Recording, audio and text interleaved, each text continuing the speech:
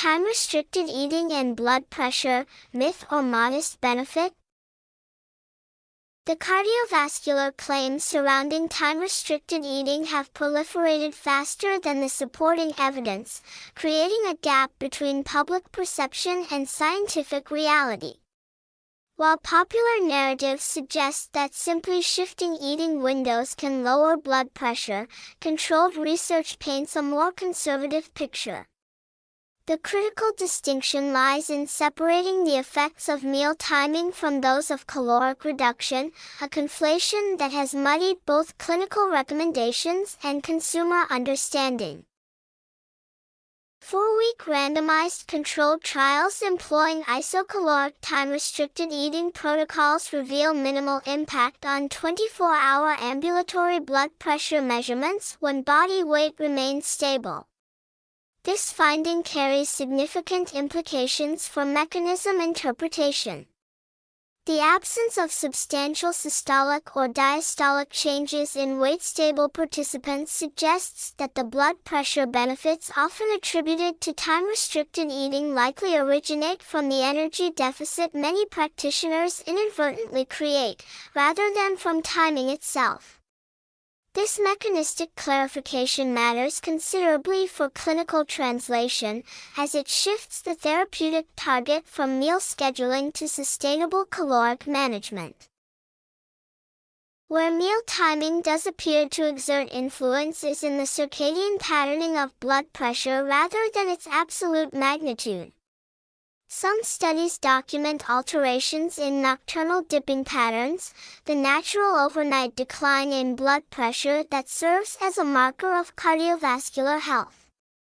These temporal changes correlate with shifted sleep schedules rather than direct vascular effects, suggesting an indirect pathway mediated through sleep-wake cycle reorganization. The physiological significance of these pattern shifts without accompanying magnitude changes remains an open question requiring long-term outcome data. Endothelial function assessments through flow-mediated dilation studies yield similarly neutral results in isocaloric contexts. The vascular endothelium, highly responsive to metabolic stressors, shows little immediate response to meal timing alone.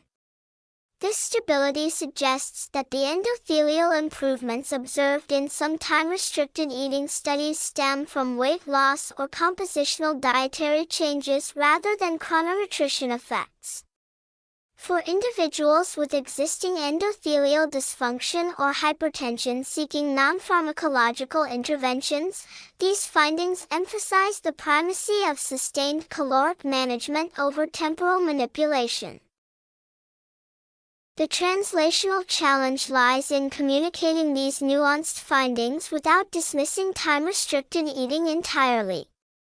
For some individuals, time restriction serves as an effective behavioral framework for achieving caloric reduction, even if the mechanism differs from circadian optimization. The strategy may prove valuable not because the clock matters intrinsically, but because limiting eating windows creates structure that facilitates dietary adherence. This pragmatic perspective values time-restricted eating as a potentially useful tool while maintaining scientific precision about its mechanisms. Clinicians should counsel patients that blood pressure benefits will likely require weight loss alongside any meal timing adjustments, setting realistic expectations that honor both the evidence base and individual therapeutic needs.